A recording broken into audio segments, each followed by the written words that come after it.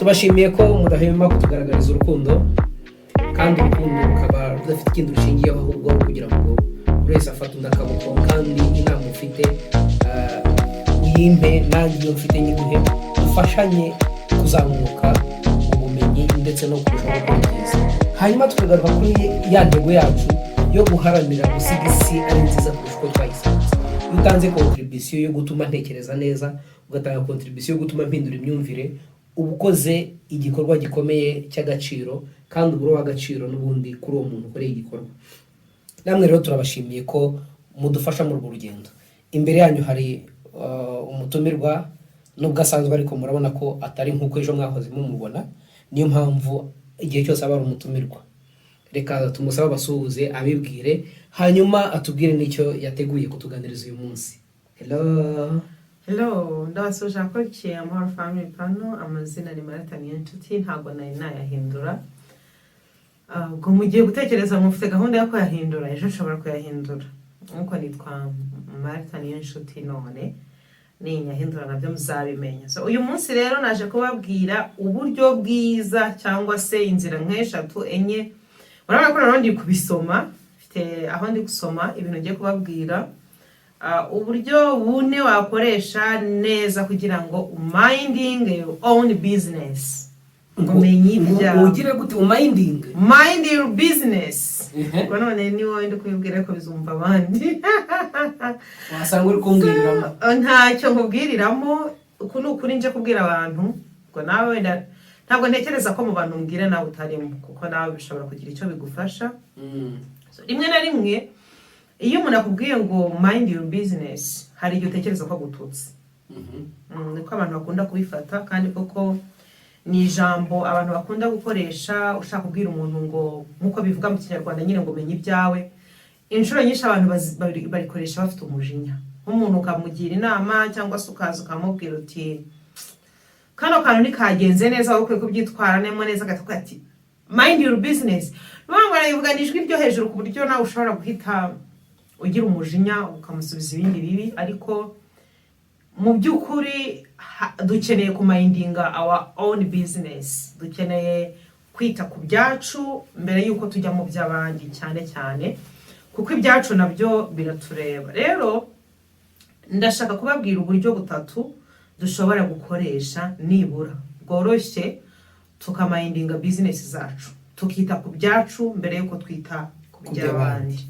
Ikintu cya mbere, nkuko amaze iminsi mbibabwira ko urugendo rwanjye rwari ukwiga, ndagira ngo mubwire ngo shaka uburyo uba busy wihugiraho kugira ngo wowe wigire mwiza. Sinzi ko nabivuga mu Kinyarwanda, ni ukora improvement kuri wowe, wihindure urushaho kuba mwiza, aho kugira impinduka muri wowe mu buzima bwawe, aho kugira ngo ujye kwita ku bandi. Ubundi ibi bintu cyane ndabibwira abagore ni abantu bakunda kugira umwanya upfu gusa. Muzabicunge, uzajye mu isoko, nujya mu isoko uzajya mu isoko ugenda ureba, uzabona nk'umugore ahagaze ahantu nta kintu ari kuhagura gusa ari kureba ibiri kuba inkuru, cyangwa uzareba ahantu bari kurwana, ahantu barwanye. Abantu benshi uzahabona bahahagaze bari kureba bari kumva ni abagore. Abagabo yo bajemo nabo hari igihe bivanga nyine bakajya gukiza abantu batababwiye ngo babakize, ariko ni ubunyarwanda birumvikana. Ariko abagore dukunda guta umwanya ahantu tutagombye kuwuta. Rero fata igihe cyo kwikosora. Uyu munsi watetse umuceri w'umweru, ushaka uburyo washyiramo akabeterave urebe ukuntu bimera, icyo gihe uba uri gukosora imitekere yawe. Uyu munsi wafunze umusatsi n'agatambaro gutya nafunze, gerageza ejo ufungemo ibitutu urebe uko bimera. Icyo gihe urimo urakosora ubuzima bwawe kugira ngo ujye kumva iby'abandi, kwita ku by'abandi, kwirirwa uvuga ngo bariya babikoze nabi, ngo se ngo yasokoza ngo ajyanye uruhande rw'ibumoso ngo yajyanye iburyo nkabona bisa nabi. Wowe warabisokoje urebe uko bimera. Uburyo bwa mbere rero ngira ngo mbabwire bwo kugira ngo twite ku byacu aho kwita ku by'abandi cyane ni ukuba busy kuri wowe, kwiyitaho, kwita ku rugo rwawe. Nimba uri umugore, nimba uri umukobwa, nimba uri umugabo, hari abagabo usanga ni batiriva akaba ari aho ngaho gusa, imipira aho igeze akaba hazi, verisiyo nshyashya z'ibinyabiziga zasohotse akaba azizi ariko ahantu hava mu rugo kuko ntajya yita ku rugo aho bavuga ibyo biganiro akahitabira ariko ahava mu rugo akaba atahazi kuko ntahaboneka haboneka bwije. Rero ikintu cya mbere cyo kumayiniga bizinesi ngira ngo mbwira abantu ndagira ngo mbabwire ngo ni mube busy. Ntabwo ari busy yo kuba uvuga ngo nzaza mu rugo ndyame gusa ahubwo umenye ngo iwawe hameze hate habayeho hate. Hari n'abantu baba bacumbitse akaba ari ahantu akodesha akavuga ngo kuba busy nzaguba mu nzu sinzanahaharura hanze ngo mpagire neza. Mu kwigira busy no gukora neza ahantu uba niyo hataba ari ahawe buryo ejo ushobora kugira umugisha nawe ukabona inzu uko wagiriye ubunebwe. Rero aho ukodesha ntujye uhitaho niwawe ushobora kuzageraho ntubyibuke ko ari iwawe ngo ujye uharura umuharuro. Hari abantu nabo mbonera bombe babwire baba mu nzu barandirode akaba aribo bajya baza guharura ku irembo baba mu cyaro. Ndavuga mu cyaro kuko mu mijyi nta miharuro ihaba. Mu cyaro mvuze randirode akagira akaba ari uza guharura umuharuro cyangwa kuwukuburira. So rero mu kuba busy ibyo byose birimo ukareba entourage nkagukikije si mu nzu gusa ukusa uko abana bawe niba bafite bajya mugisha ukabagira bajya ku ishuri bameze ibyo byose byakugira busy wo kugira ngo ujye kwivanga mu bintu by'abandi. Icyo ni kimwe. Ikindi cya kabiri rero cyo kugira ngo umayininge business neza amazuru yawe yashyire kure y'abandi bantu. Amazuru hari igihe abantu bibwira ko yego ubundi bureka nkubwire hari igihe abantu bibwira ko ibintu twumva byonyine ari byo bituma tugira reaction ariko inshuro nyinshi ibintu twumviye tumaze kubyumva ibyo twumvise bikatunukira nibyo bituma reaction zacu ziza. Nuvango hari ibyo twumva tukumva tugize umunezero nyine tugaseka. Abanyarwanda baravuze ngo akuzuye umutima agasesekara hehe ku muntu tugaseka. Akuzuye rero n'umutima kakagera kakazamukira mu mazuru akabihiye umutima akabihiye umutima n'umugani mushyashya akabihiye umutima kanukira amazuru.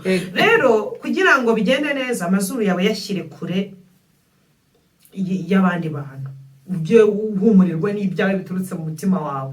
Burya abantu turikunda niyo ari we usuze uzacungiye wowe usuze nta nubwo ubona umwanya wo kugira ngo ntabwo ubyitaho.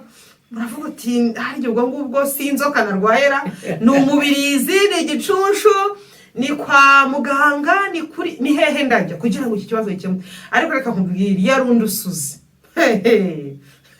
reka nkubwire aramutse abikoze wenda muri nko kurya kandi ubushakashatsi bwagaragaje ko umuntu hari umubare w'imisuzi akeneye gusura ku munsi.